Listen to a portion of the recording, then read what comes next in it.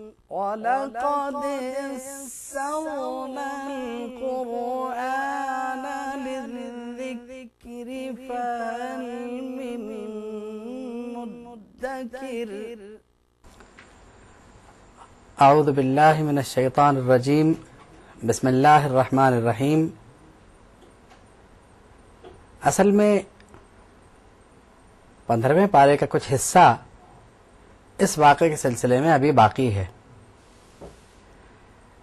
حضرت موسیٰ اور حضرت خضر کا جب معاہدہ ہو گیا اور یہ مسئلہ طے ہو گیا کہ حضرت موسیٰ علیہ السلام حضرت خضر علیہ السلام کے ساتھ رہیں گے، تو دونوں حضرات کشتی پر سوار ہوئے کشتی میں، اور یہاں تک حضرت موسیٰ کا وہ جو خادم تھا وہ ان کے ساتھ تھا۔ پھر اس کے بعد ان دونوں حضرات کا ذکر ملتا ہے۔ جب یہ سفینے میں سوار ہو گئے تو حضرت خضر نے کشتی میں سوراخ کر دیا۔ حضرت موسیٰ نے فرمایا کہ آپ تو سب کو غرق کر دیں گے، آپ نے سوراخ کر دیا اس میں۔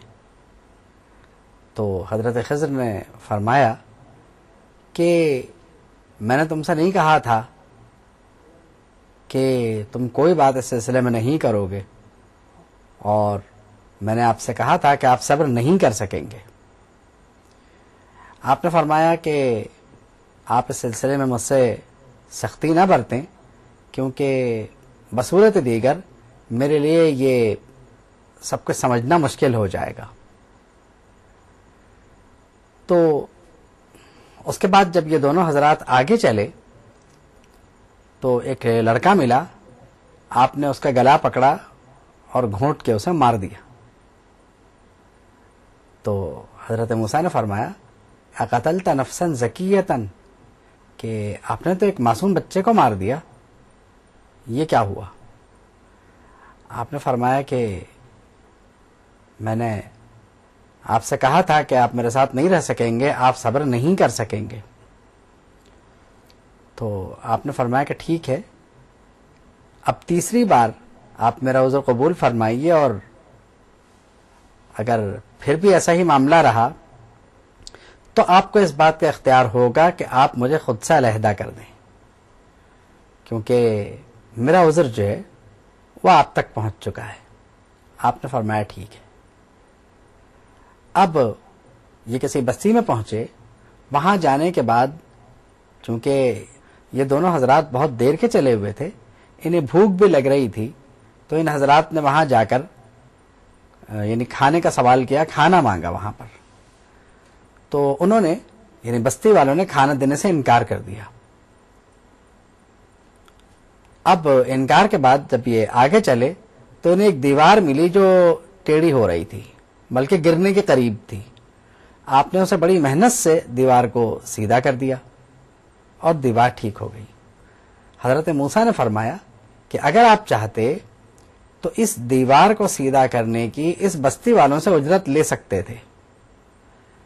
حضرت خضر نے فرمایا کہ بس اب تو صبر جو ہے وہ ختم ہو گیا، اور آپ معاہدے کے مطابق صبر نہیں کر سکے۔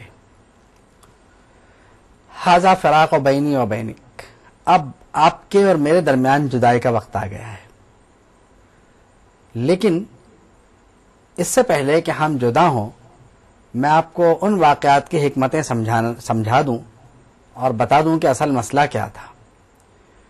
فرمایا کہ جس کشتی میں نے سوراخ کیا تھا تو اس کی صورتحال یہ تھی کہ جب یہ تھوڑا آگے جاتے تو کسی اور علاقے میں انہیں ایک ایسے بادشاہ سے سابقہ پڑتا جو ان کی ایک کشتی چھین لیتا، کیونکہ نئی نئی کشتیاں وہ چھین لیا کرتا ہے۔ اب ان کا جو روزگار تھا وہ ختم ہو جاتا، اس لیے میں نے اس کشتی میں سوراخ کر دیا، کیونکہ عیبدار کشتی وہ لیتا نہیں ہے۔ پھر فرمایا کہ جہاں تک اس لڑکے کا معاملہ ہے جس کو میں نے قتل کیا، تو اس کا معاملہ یہ تھا کہ ابھی تو وہ لڑکا یعنی بے قصور قتل ہو گیا، لیکن بعد میں یہ ہوتا کہ وہ کفر میں مبتلا ہو جاتا اور اپنے والدین کے لیے بھی جہنم کا سبب بنتا، انہیں بھی جلاتا۔ تو میں نے اس سے پہلے اسے مار دیا، اور فَأَرَدْنَا أَن يُبْدِلَهُمَا، چونکہ اس کے والدین نیک لوگ ہیں تو میں نے خیال کیا کہ اللہ رب العالمین ان کو ایک ایسا بچہ عطا فرمائے جو ان دونوں سے محبت کرے، کیونکہ یہ نافرمان و باغی ہوتا، اور وہ بچہ جو ہے وہ اس سے بہتر ہوگا، اور وہ بچہ جو ہے وہ ذکی ہوگا، بہت سمجھدار ہوگا، اور ان سے حد درجے کی محبت کرے گا۔ پھر فرمایا کہ رہا اس دیوار کا معاملہ جسے میں نے ٹھیک کیا تھا، تو ایک مرد صالح تھا جس کا انتقال ہوا، تو انتقال سے پہلے اس نے اپنے بچوں کے لیے، یعنی 2 بچوں کے لیے، اس نے اس کے نیچے کچھ خزانہ دفن کر کے رکھا تھا، تو اگر یہ دیوار گر جاتی تو خزانہ بستی والے اٹھا لیتے، تو میں نے اس لیے ان بچوں کے خزانے کی حفاظت کی غرض سے اس دیوار کو ٹھیک کر دیا، اور ان کا جو باپ تھا وہ نیک تھا، صالح تھا۔ پھر فرمایا کہ یہ سب کچھ جو ہے یہ اللہ کی مرضی سے ہوا، اور یہ تھی ان باتوں کی حکمتیں جو مجھ سے سرزد ہوئیں اور جن پہ آپ صبر نہیں کر سکے۔ حضرت خضر اور حضرت موسیٰ علیہ السلام کا ذکر مکمل ہوا، سورہ کہف کا سلسلہ ابھی چل رہا ہے۔ تیسرا سوال جو نبی کریم صلی اللہ تعالی علیہ وسلم سے پوچھا گیا تھا وہ یہ تھا کہ ذوالقرنین سے متعلق کچھ فرمائیے، کیونکہ ذوالقرنین کے متعلق اگر یعنی ایک بھی سوال کا جواب اس میں سے رہ جاتا تو نبوت محمدی صلی اللہ تعالی علیہ وسلم کو جھٹلانے میں انہیں آسانی ہوتی۔ تو حضور سے فرمایا گیا کہ آپ کہیے قل سأتلو علیکم منہ ذکرا، میں ابھی اس کا ذکر تمہارے سامنے پڑھتا ہوں۔ پھر فرمایا کہ ہم نے انہیں زمین میں سلطنت دی تھی۔ حضرت ذوالقرنین کی نبوت سے متعلق تو اختلاف ہے، لیکن وہ ایک نیک بادشاہ تھے، اس سلسلے میں کسی کو اختلاف نہیں ہے۔ اور اگر کوئی یہ کہے کہ وہ ایک مومن بندے تھے، مومن تو وہ تھے، لیکن اس کے ساتھ ساتھ بادشاہ بھی تھے، کیونکہ اگر اختیار و اقتدار نہ ہو تو پھر وہ اتنے نیک کام کر لے، یہ بڑا مشکل کام ہوتا ہے۔ جو کام حضرت ذوالقرنین نے کیے، یہ کام بغیر اختیار و اقتدار کے مشکل ہوتا ہے۔ تو ان کی بادشاہت پہ تو تقریباً اتفاق ہے، نبوت کے معاملے میں انہیں اختلاف ہے، اور زیادہ تر یہی دیکھا گیا ہے کہ مفسرین کی رائے یہی ہے کہ آپ نبی نہیں تھے، ایک نیک دل بادشاہ ضرور تھے۔